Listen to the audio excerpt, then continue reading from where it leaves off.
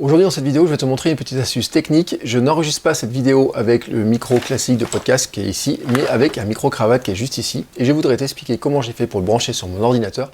Non pas avec une clé USB comme j'ai fait la dernière fois, mais avec le PodTrack P4, dont je t'ai déjà parlé, et qui est un engin pour faire du podcast qui est redoutable. Et cette astuce va aussi te permettre de comprendre comment tu pourrais brancher plusieurs micro-cravates sur un PodTrack P4 si par exemple tu veux faire des interviews avec. Allez, c'est parti.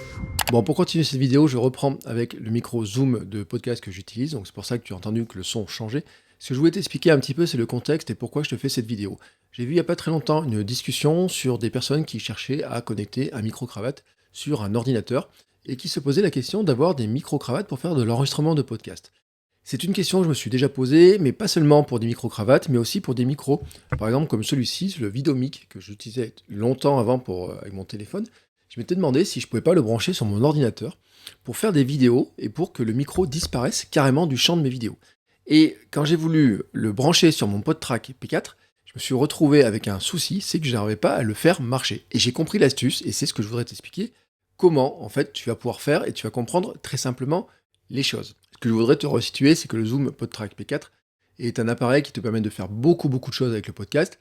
Tu peux t'en servir comme un enregistreur externe, puisqu'il a une petite carte mémoire dedans, mais tu peux aussi t'en servir comme une interface. Tu peux le brancher en USB sur ton ordinateur, et dans ce cas-là, ça va intervenir comme une interface audio. Sur un P4, les entrées de son sont des entrées XLR, c'est-à-dire des prises comme ça, avec 3 broches. Sur un micro-cravate, les entrées sont plutôt des entrées qui ressembleraient à des entrées comme ça, c'est-à-dire du jack, avec ce format-là. Alors moi, je te montre un Rode Lavalier que peut-être tu as en stock parce qu'il y a beaucoup de gens qui les ont. Et là, tu remarqueras qu'en plus, celui-ci, c'est un spécial, c'est un TRRS, c'est-à-dire qu'il pourrait se brancher sur un téléphone, sur un iPhone, pour faire rentrer du son, pour s'en servir comme micro sur un iPhone. Le problème, c'est que quand tu veux brancher un micro comme ça, sur une prise comme ça, bah, ça marche pas. Il faut trouver un connecteur, il faut trouver un intermédiaire. Et donc j'en ai cherché plein, et j'avais pris au début des premiers prix, tu vois, j'en ai trouvé sur Amazon. Par exemple, j'avais trouvé ce truc-là. Ce truc-là, tu vois, ici il y a une prise XLR classique, et ici il y a une prise jack classique. Et ça ne marchait pas. J'en ai trouvé, j'en ai cherché plein, etc. Et un jour, je suis tombé sur un modèle très particulier, qui est le Rode VXLR+.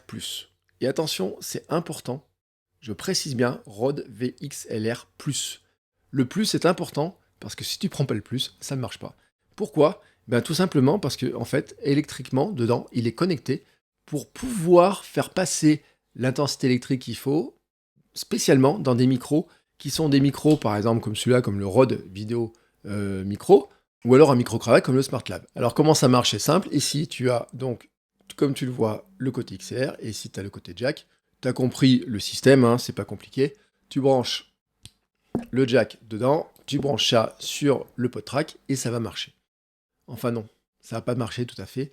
Il faut que tu te méfies de 2 choses. La première chose, c'est une question de connecteur sur le PodTrack. Il faut bien mettre le connecteur sur la droite, le petit bouton de connexion sur la droite, pour que l'électricité passe.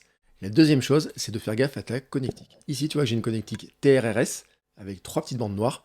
Et en fait, à l'intérieur de ça, il faut une connectique TRS avec 2 bandes noires. Alors, la solution, c'est que chez Rode, ils ont un connecteur qui s'appelle le SC7, qui a ici 2 bandes noires de ce côté, mais qui ici prend 3 bandes noires. Donc le truc, c'est que tu branches ça dessus, et tu peux brancher dessus, et tu peux brancher le 3 sur ici, et ensuite brancher ça sur le PodTrack.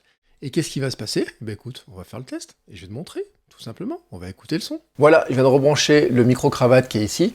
Bien entendu, le son est différent par rapport au son du micro de podcast. Ce ne sont pas du tout les mêmes connecteurs, ce ne sont pas du tout les mêmes tailles de micro, etc. Donc le son est totalement différent.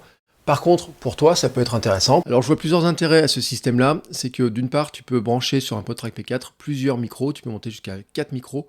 Alors, je ne sais pas si c'est l'idéal vraiment pour faire du podcast quand tu as plusieurs personnes autour d'une table, 4 personnes.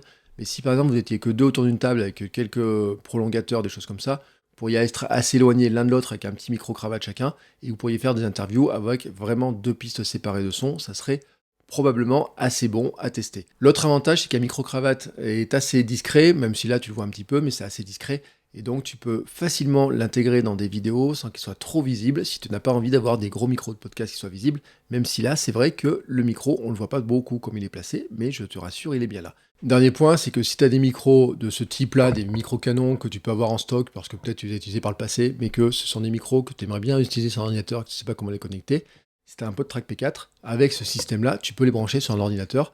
Et par exemple, tu pourrais utiliser ça par exemple pour faire des vidéos dans lesquelles on ne voit pas le micro, mais où le son pourrait être pas mal. Et tu pourrais même le placer assez proche de toi sans qu'il soit visible. Je te fais un exemple, si par exemple je le plaçais ici, alors il ne faudrait pas qu'on voit le câble, il faudrait avoir un petit truc pour porter. Là, il est en dehors du cadre, mais le micro n'est pas du tout visible, et je vais juste appuyer sur le bouton, passer d'un micro à l'autre. Et là maintenant, je vais vérifier, j'ai bien le son qui vient d'ici. Alors je ne sais pas la qualité parce que je n'ai pas fait en écoute, mais là le son est pris par celui-ci et non plus par les autres micros ni par celui-ci. Pourtant, tu vois, là j'avais le bras, mais si je n'avais pas le bras, si j'avais une perche, et ben le micro serait totalement invisible. Voilà, tu as compris pourquoi j'aime toujours autant mon Zoom PodTrack P4. C'est vraiment un outil qui est très complet. Je voulais te montrer cette astuce-là parce que c'est vrai que dans des discussions Facebook, dans des commentaires que j'ai pu avoir sur la chaîne, il y a des gens qui m'ont posé la question de savoir comment ça pouvait fonctionner. Ils avaient essayé de le faire sans réussir. Moi, j'avais trouvé ce petit fonctionnement, ce petit branchement, et je pensais pas que c'était aussi compliqué pour d'autres personnes de le trouver. Donc maintenant, tu as toutes les références, et bien sûr, je te mets tous les liens dans la description de la vidéo. Sur ce, si tu as besoin d'autres conseils sur le matériel, sur comment créer un podcast, sur comment enregistrer un podcast, sur comment diffuser ton podcast et comment le faire connaître, n'hésite pas à suivre toutes les vidéos de ma chaîne, je suis là pour t'aider. Ciao ciao!